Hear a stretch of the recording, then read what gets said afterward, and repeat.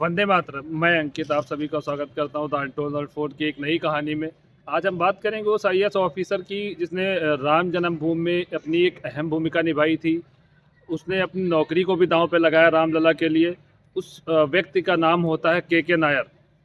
आइए इस वीडियो में आगे बढ़ते हैं और जानते हैं के नायर ने किस तरह अपनी राम जन्मभूमि में महनी भूमिका निभाई थी और उनका क्या किरदार रहा था राम जन्मभूमि में, जिसके लिए हम लोग उनको इतना महत्वपूर्ण मानते हैं। कई जगह मैंने भी देखा और मुझे भी लगा उनका किरदार बहुत ही महत्वपूर्ण रहा था।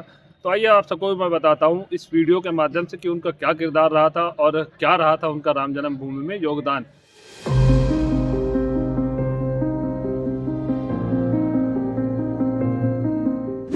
के नायर साहब का जन्म 11 सितंबर 1907 को केरल में हुआ था। उसके बाद नायर साहब ने आईएएस की पढ़ाई करी और वो 21 वर्ष की उम्र में आईएएस बने।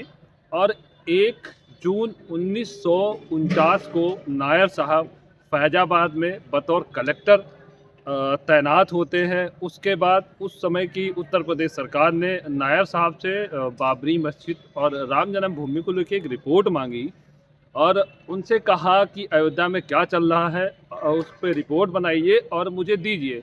तो नायर साहब ने अपने सहयोगी को वहाँ भेजा और उससे कहा कि आप जाइए और राम जन्मभूमि और बाबरी मस्जिद विवाद पे एक रिपोर्ट तैयार करिए जो मुझे दीजिए। तो उनका सहयोगी वहाँ जाता है और वो वहाँ पे सारी चीज़ें देखता है, क्या चल रहा है, क्या हो रहा है, सारे जायजे वहाँ से लेके वापस आता है और कलेक्टर साहब को अपनी रिपोर्ट सौंपता है। उस रिपोर्ट में ये कहता है कि साहब, हिंदू रामलला की मूर्तियों को राम चबूतरे पर रख के पूजा करने को तैयार नहीं है, इसलिए वो चाहते हैं कि वहाँ पे उनको एक मंदिर बनाने का स्थान मिलना चाहिए, पूजन का स्थान मिलना चाहिए। और उसने नायर साहब से ये भी कहा कि साहब, हिंदुओं को वो मंदिर बनाने की जगह मिलनी भी चाहिए क्योंकि जिस जगह की वो मांग कर रहे हैं वो एक सरकारी जगह है, इसलिए मुझे लगता है कि वो ज़मीन उनको मिल जानी चाहिए। तो नायर साहब ने वही रिपोर्ट बना के राज्य सरकार को भेज दी और उसमें ये भी कहा कि अयोध्या की स्थितियां सारी सामान्य हैं, वहाँ पे ऐसी कोई दिक्कत नहीं है, सब कुछ सामान्य चल रहा है। सब चल ही रहा था। अचानक 23 दिसंबर 1949 को 50 से 100 लोगों ने मस्जिद में घुसकर वहाँ पे रामलला की मूर्तियाँ रख दी और अचानक से जय श्री राम के नारे लगाने लगे। यह बात जब अयोध्या के आसपास के लोगों को पता चलती है, आसपास के गांवों में यह खबर जाती है, तो वहाँ पे और भारी संख्या में भीड़ इकट्ठा होने लगती है। वह भीड़ वहाँ पे जय श्री राम के नारे लगाती है और भजन कीर्तन करने लगती है। धीरे धीरे यह खबर जैसे ही और बड़ी होती है, भीड़ की संख्या बढ़ती जाती है, तब यह खबर उस समय के तत्कालीन प्रधानमंत्री पंडित जवाहरलाल नेहरू जी तक पहुँचती है और वो इस घटना को सुन के नाराज़ होते हैं और वो उस समय प्रदेश सरकार के मुख्यमंत्री गोविंद बल्लभ पंत जी को कहते हैं कि आप वहाँ पे मूर्तियाँ हटवाइए वहाँ से रामलला जी की और उनको वापस चबूतरे पर रखवाइए और वहाँ की स्थिति बहाल करिए, यथा स्थिति बहाल करिए। उसके लिए आपको किसी भी संभव बल या किसी भी चीज़ का प्रयोग करना पड़े, लेकिन वहाँ की स्थितियाँ सामान्य करिए। तो मुख्यमंत्री ने प्रधानमंत्री जी की बात को प्राथमिकता देते हुए वहाँ के तत्कालीन कलेक्टर नायर साहब को आदेश दिया और उस आदेश में कहा कि भारत सरकार ये चाहती है कि वहाँ से वो रामलला की मूर्तियाँ हटाई जाएं और वापस उन्हें चबूतरे पर रखा जाए। नायर साहब को जब ये आदेश मिलता है तो उस आदेश में वो अपना मत देकर और सरकार को पुनः एक चिट्ठी लिखते हैं कि मेरा यह मानना है कि सरकार अगर वहाँ पे मूर्तियाँ हटाने का प्रयास करेगी, अगर हम प्रशासन के साथ वहाँ मूर्तियाँ हटाने जाएंगे तो मुझे नहीं लगता कि वो हिंदू वहाँ से मूर्तियाँ हटाने के लिए तैयार होंगे, कोई भी पुजारी वहाँ से मूर्तियाँ हटाएगा।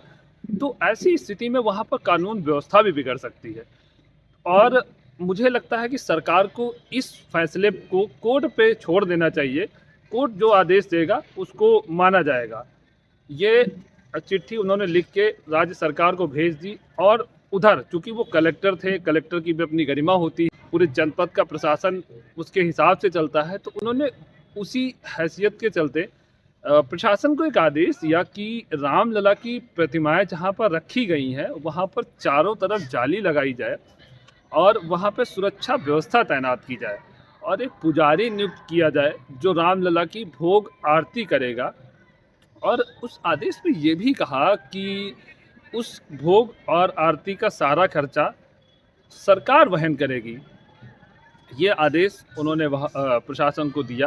प्रशासन ने उस आदेश को माना और वहाँ पे सारी चीज़ें, सुरक्षा व्यवस्था सब कुछ तैनात कर दिया गया। उधर जो सरकार को उन्होंने उनका आदेश मानने से, वहाँ मूर्तियाँ हटाने से मना कर दिया, तो तत्कालीन प्रधानमंत्री और गोविंद बल्लभ पंत जी उनसे नाराज़ हुए और उन्होंने कुछ ही समय बाद नायर साहब को बर्खास्त कर दिया।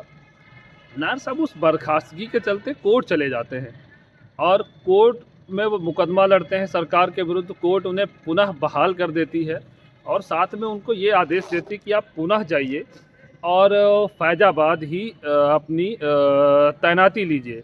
वो वहाँ से आते हैं और फैज़ाबाद अपनी तैनाती लेते हैं। फैज़ाबाद तैनाती लेने के कुछ दिन बाद ही नायर साहब अपनी नौकरी छोड़ देते हैं।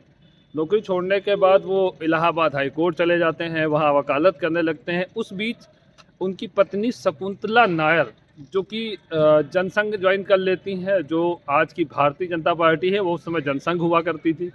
नायर साहब की पत्नी जनसंघ में कार्यरत हो जाती हैं। उसके बाद नायर साहब भी वापस आते हैं और राजनीति में एक्टिव हो जाते हैं। सन 1962 की बात है जब नायर साहब को जनसंघ द्वारा टिकट दिया जाता है और उनकी पत्नी भी चुनाव लड़ती हैं 1962 में। पति पत्नी दोनों बतौर लोकसभा सदस्य चुने जाते हैं और वो लोकसभा पहुंच जाते हैं। उसके बाद वो लोकसभा में उनका कार्यकाल समाप्त होता है, उनका जीवन चलता रहता है। सन 1977 में नायर साहब का देहांत हो जाता है और नायर साहब का देहांत के बाद केरल के लोगों ने नायर साहब के जीवन को देखा, उनकी कार्यशैली देखी, उससे प्रभावित हुए और उन्होंने नायर साहब के नाम पर नायर चैरिटेबल ट्रस्ट बनाया, जो कि आज भी कार्यरत है। नायर चैरिटेबल ट्रस्ट आईएएस की पढ़ाई कर रहे विद्यार्थियों को छात्रवृत्ति के लिए शिक्षा देता है, उनको प्रशिक्षण देता है, उनको तैयार करता है। तो ये रहा नायर साहब का राम जन्मभूमि में योगदान।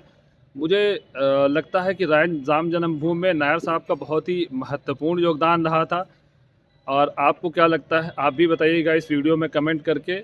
और ऐसी तमाम कहानियों के लिए हमारे साथ बने रहिए, हम आते रहेंगे आपके लिए नई नई कहानियाँ लेके। तब तक के लिए देखते रहिए द अनटोल्ड अनफोल्ड। धन्यवाद, जय हिंद।